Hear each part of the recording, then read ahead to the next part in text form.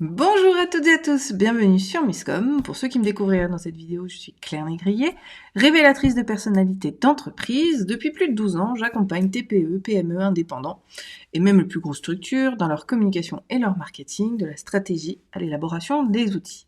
Misscom est né en 2017 dans mon esprit et donc on a attaqué en janvier 2018 sur des vidéos qui vous apportent, toutes les réflexions nécessaires à votre bonne communication parce que, pour moi, j'ai toujours eu, c'est l'ego qui parle, à cœur vraiment de vous aider parce que ça m'a toujours fendu le cœur de voir des entrepreneurs qui communiquaient mal et qui par conséquent se retrouvaient avec, une entreprise qui pouvait aller jusqu'à fermer à cause d'une mauvaise communication.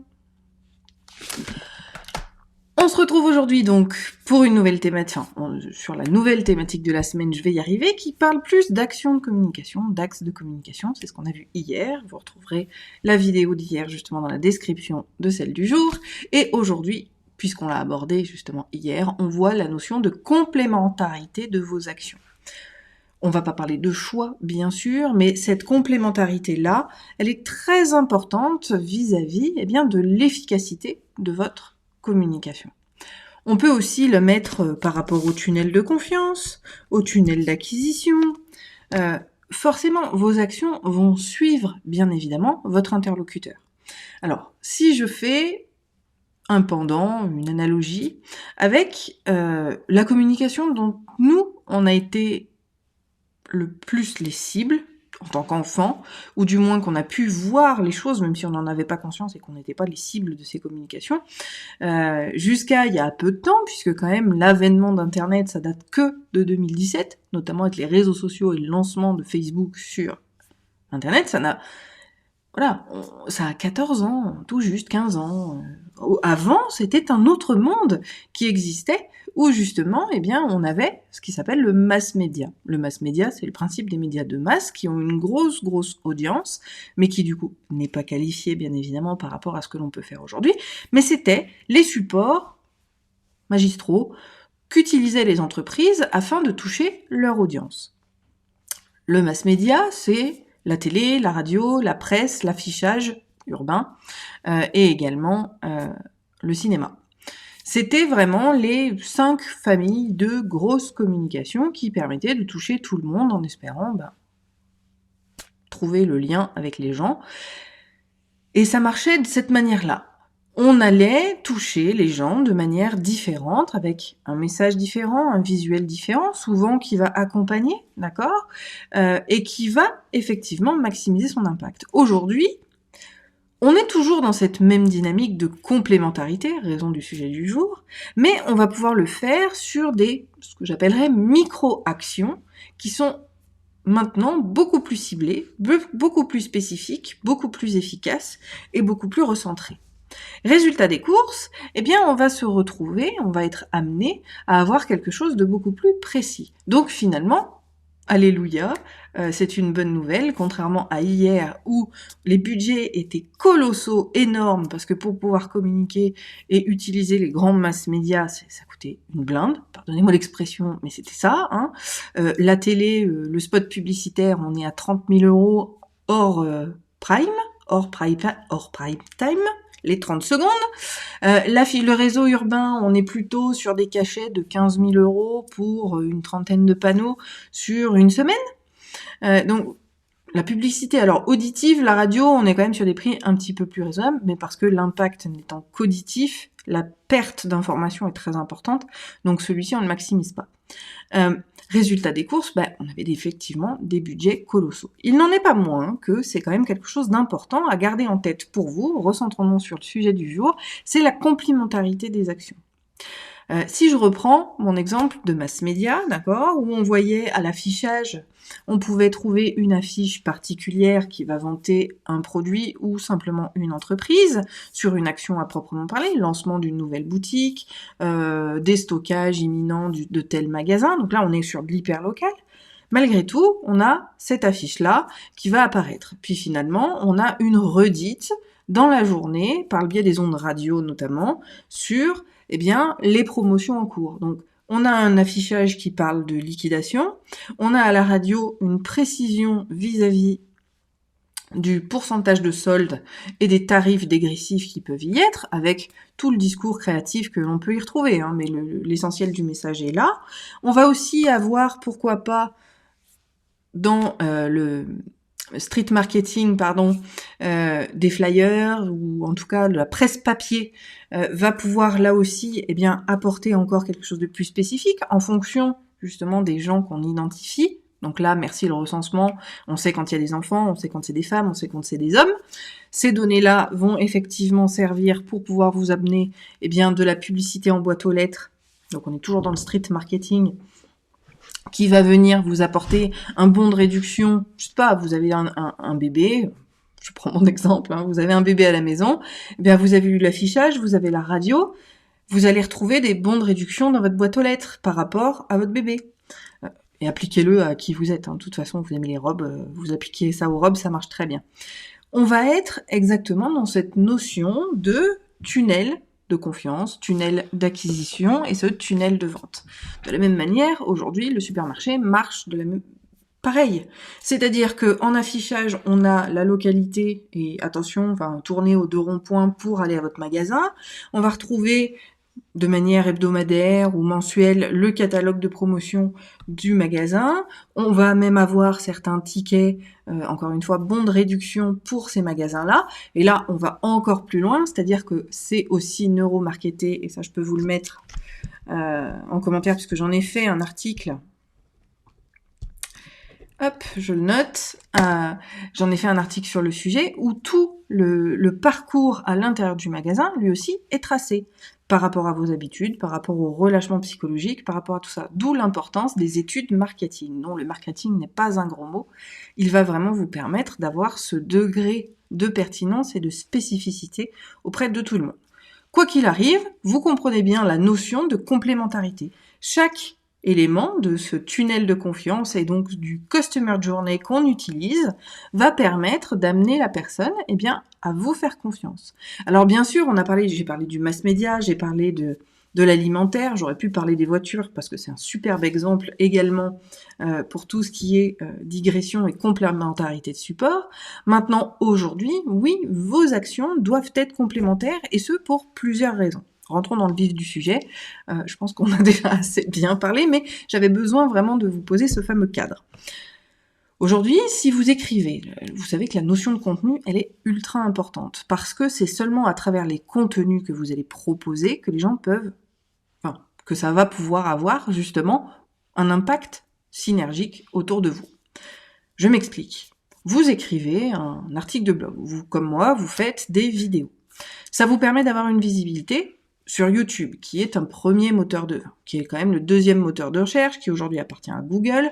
Donc c'est vraiment une plateforme très répandue et très en vue. Vous avez aussi la possibilité, comme je le fais grâce à la vidéo, puisqu'on est en direct sur Facebook, d'alimenter les réseaux sociaux et d'avoir une présence sociale suffisamment intéressante, impactante. Vous savez que la vidéo, c'est quand même un support qu'il faut vraiment privilégier si vous en avez l'occasion, parce que on agit sur 2 sens, qui sont l'ouïe et la vue, et donc l'impact est bien supérieur à toutes les autres actions de communication que vous pourriez faire. Restons dans la complémentarité. De ces vidéos, je vais pouvoir aussi, et c'est ce que je fais, je vais développer des articles qui vont être complémentaires, je vais essayer, pourquoi pas, de proposer quelques tips plus spécifiques encore à ma communauté par email, parce que pour moi, c'est quand même une communauté qu'il faut chérir et impacter. De ça, donc là, vous voyez, j'ai différentes actions avec un seul et même thème. Attention, on fait pas de cross-canal, c'est-à-dire qu'on fait pas copier-coller du même contenu de partout, on est complémentaire, on vient rajouter des points différents, des points spécifiques à chaque fois. Dans l'impact à proprement parler de vos actions, la complémentarité va aussi pouvoir, se travailler, puisque on a la notion de présence. On l'a vu sur Facebook, sur YouTube, sur un article de blog, en tout cas pour faire remonter les différentes vidéos directement sur votre site internet, c'est important parce que tout le monde ne vous suit pas sur les réseaux, quelqu'un qui arriverait sur votre site, il doit avoir la possibilité aussi de trouver les vidéos que vous avez faites. L'idée, c'est pas de faire copier-coller, on fait pas non plus une retranscription de la vidéo en tant que telle, mais créer un petit résumé en présentant la vidéo et en embarquant parlons d'un chat à un chat, en embarquant la vidéo dans l'article, ça permet aussi de maximiser votre vue et surtout d'asseoir votre contenu, d'asseoir votre expertise par rapport à tout ce que vous allez pouvoir présenter. Donc ça, on a aussi un impact donc de contenu à proprement parler. Ce contenu va servir votre notoriété, va servir votre crédibilité, va également, et c'est pour ça que j'insiste très souvent pour le fait de rédiger quelque chose quand on embarque une vidéo ou un contenu audio sur son site internet, sans faire une retranscription, parce que sinon on serait à nouveau dans le duplicate content, vous avez vous avez vraiment le devoir d'écrire quelques lignes, d'accord? Alors quelques lignes, c'est pas juste 2 lignes, on est bien d'accord, il faut écrire quand même, on va dire des vidéos entre 300 et 800 mots, mais essayez de faire des 800 mots régulièrement parce que c'est les seuls qui vont pouvoir, dans notre jargon on dit ranker, c'est-à-dire remonter dans les moteurs de recherche.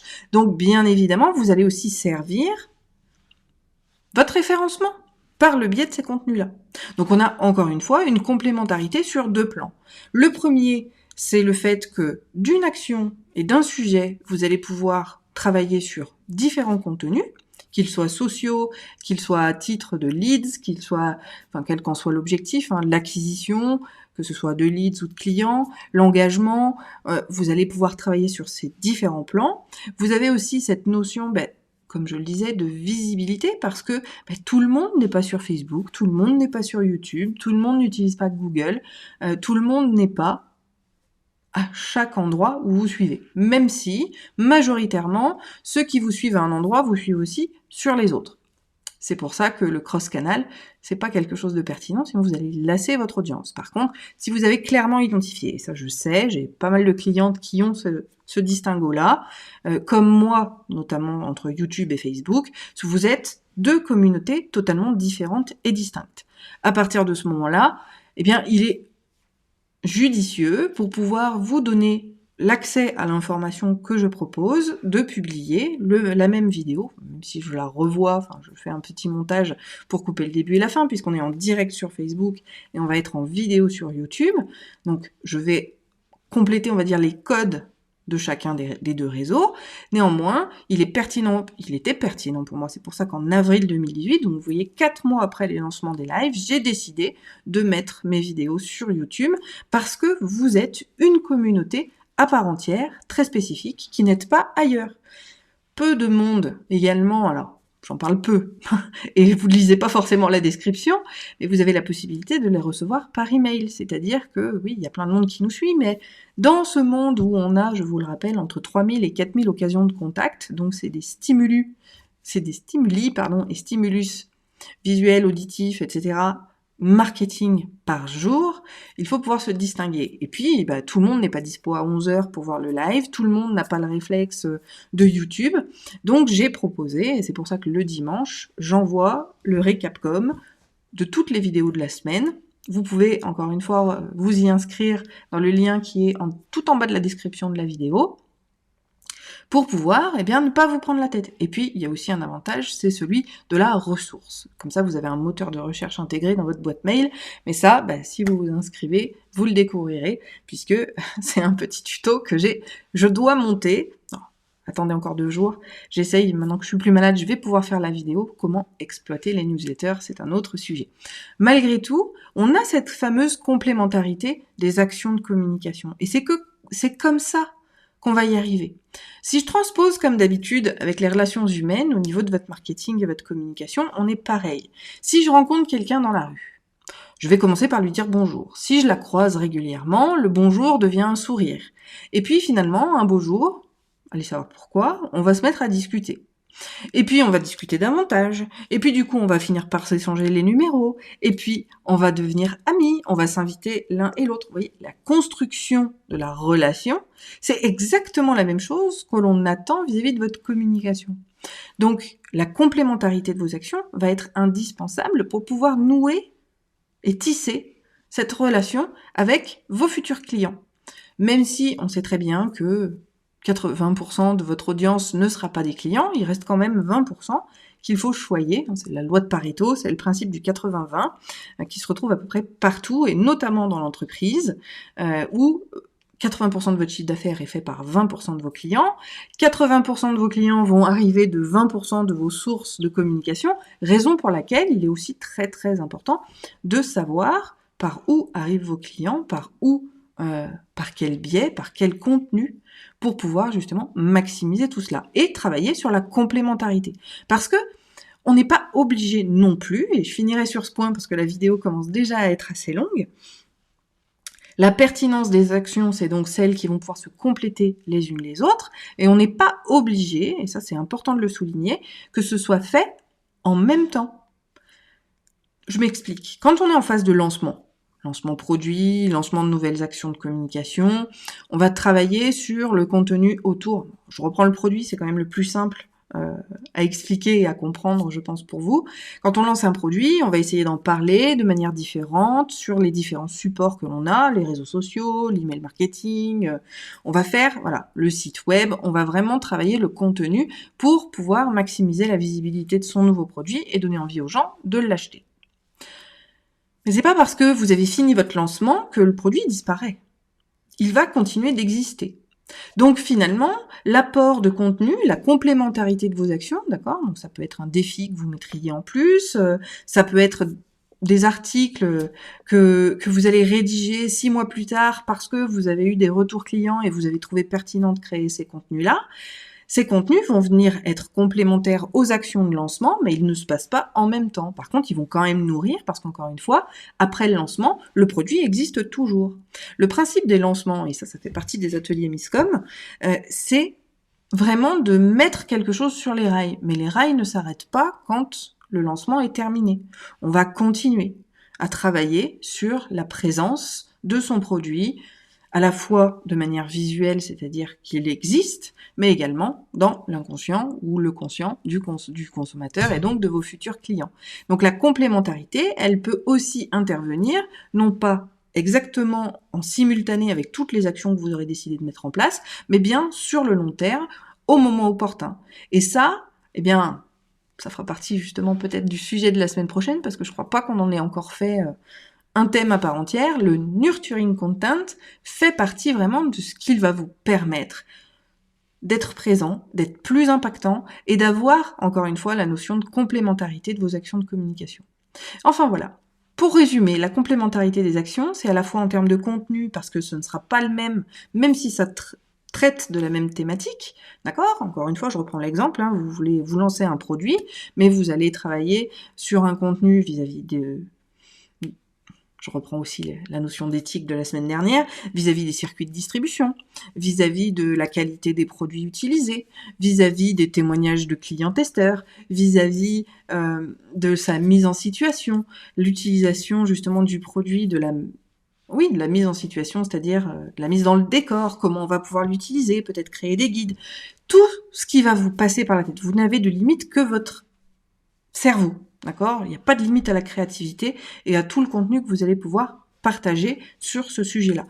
Mais, encore une fois, on ne fait pas de bis repetita. L'idée, c'est vraiment de proposer des contenus différents qui vont être complémentaires les uns aux autres pour un impact, là aussi, complémentaire. On l'a vu, puisque le fait de rédiger un contenu va vous permettre d'avoir un site qui va être mis à jour, un nouveau contenu qui va être référencé, un contenu à partager sur les différents réseaux sociaux et qui va peut-être travailler sur l'engagement de vos communautés. Donc on a un impact à la fois en termes de contenu, mais également de retour sur investissement, le fameux ROI, vis-à-vis de tout cela.